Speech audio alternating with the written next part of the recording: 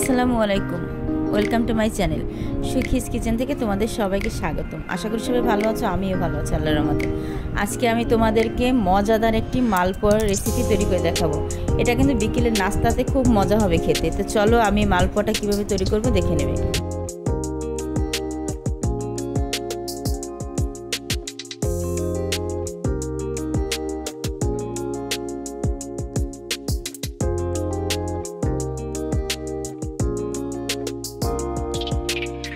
আমি মালপোয়াটা তৈরি করার জন্য আমি এখানে চালের গুঁড়ি নিয়ে নিচ্ছি। আর আমি কী রকমের চালের গুঁড়ি নিই, কতটুকু নিই সেটা তোমরা দেখে নেবে। আমি এখানে 3 রকমের চালের গুঁড়ো নিয়ে নিয়েছি। আর এই চালের গুঁড়োর একটা ভিডিও আমার চ্যানেলে দেওয়া আছে, আমি সেটা ডেসক্রিপশন বক্সে দিয়ে দেবো, চাইলে তোমরা দেখে নেবে। এটা আমি নাইবা বললাম। এখানে স্বাদ মতো লবণ দিয়ে আমি এখানে 1 কেজি গুড় নিয়ে নিয়েছিলাম, মানে 1 কেজি গুঁড়ি, চালের গুঁড়ি। এখন একটা ডিম নিয়ে ফেটিয়ে নিচ্ছি। আর এই মালপোয়াটা কিন্তু তোমরা যে কেউ বানিয়ে নিতে পারবে, শুধু ছোট ছোট কিছু টিপস যদি ফলো করো। আমার কিন্তু প্রত্যেকটা পিঠা মাশাআল্লাহ দিলে ফুলকো হয়েছে একেবারে, তোমরা কিন্তু দেখেছো।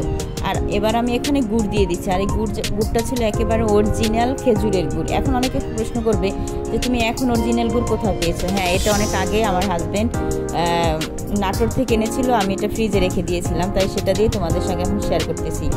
আর এখন তো কয়েকদিন প্রচুর বৃষ্টি গেছিলো, তাই এই বৃষ্টির মধ্যে কিন্তু এই মালপোয়াটা খেতে খুবই মজা লাগে বিকেলবেলা ঠান্ডা ঠান্ডা। তো কথা বলতে বলতে আমি এখানে দেখতে পারতেছি কীভাবে নিয়ে নিচ্ছি, চামচ দেখে ছাড়িয়েছে, কারণ এটা রেখে দেওয়ার কারণে ভিতরে দানা দানা হয়ে গেছিলো গুড়টা। তো আমার যতটুকু গুড় লেগেছিলো আমি ঠিক ততটুকু নিয়ে নিচ্ছি, আমার প্রায় হাফ কেজি গুড় লেগেছিলো। এবার সেই একটা ডিম ফেটিয়ে রেখেছি, সেটা দিয়ে দিলাম। আর 1 কাপ নারকেল কুচি। তবে এখানে তোমরা ডিমটা স্কিপ করতে পারো, চাইলে নারকেল কুচিটাও, তবে দিলে খেতে খুব মজা হয়।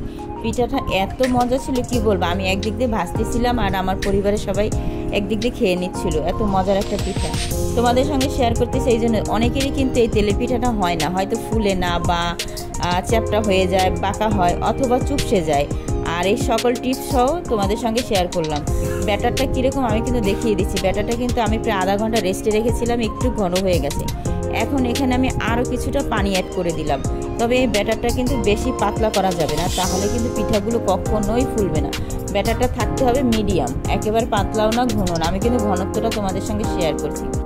তা আমি এখানে একটা 10টার কড়াই নিয়ে নিয়েছি। আর কড়াইটা আমার পর্যাপ্ত পরিমাণে যতটুকু তেল লাগবে, তেলটা কিন্তু আমি দেখে নিয়েছি গরম হয়েছিল কিনা, দেখলাম যে পারফেক্টভাবে গরম হয়েছে।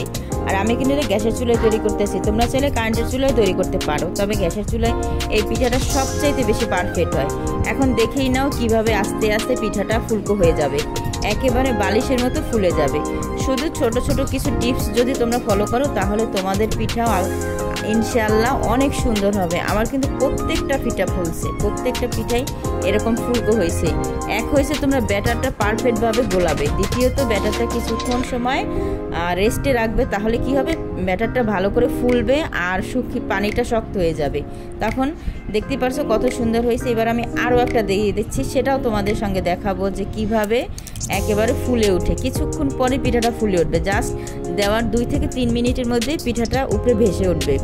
কথাটা সবসময় মনে রাখবে। আর চালের গুঁড়িটার কথা কি বলবো, সে চালের গুঁড়িটা কিন্তু আমি আমার ব্লেন্ডারেই তৈরি করছি, তবে কী রকমের চাল দিছি, কতটুকু চাল, সেটা ডেসক্রিপশন বক্সে দিয়ে দেবো। কেননা আমার একটা চালের গুঁড়ির ভিডিও আছে, সেটা আমি এই ভিডিও ডেসক্রিপশন বক্সে দিয়ে দেবো, তোমরা ওখান থেকে দেখে নেবে যে আমি এখানে কী রকমের চাল ইউজ করেছি।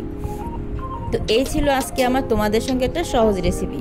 ভালো লাগলে প্লিজ চ্যানেলটা সাবস্ক্রাইব করে আমার পাশে থেকে যেতে পারো। আর পিঠাটা দেখতে যতটা সুন্দর হয়েছে, খেতেও অতটাই মজা হয়েছিল। তো পরবর্তীতে তোমাদের জন্য আবার নতুন কোনো রেসিপি নিয়ে হাজির হব। সে পর্যন্ত তোমরা সবাই ভালো থাকবে, সুস্থ থাকবে। আর আমার এই মালপোয়া পিঠায় কী কী লেগেছে ডেসক্রিপশন বক্সে পেয়ে যাবে। আজ এ পর্যন্তই, আল্লাহ হাফেজ।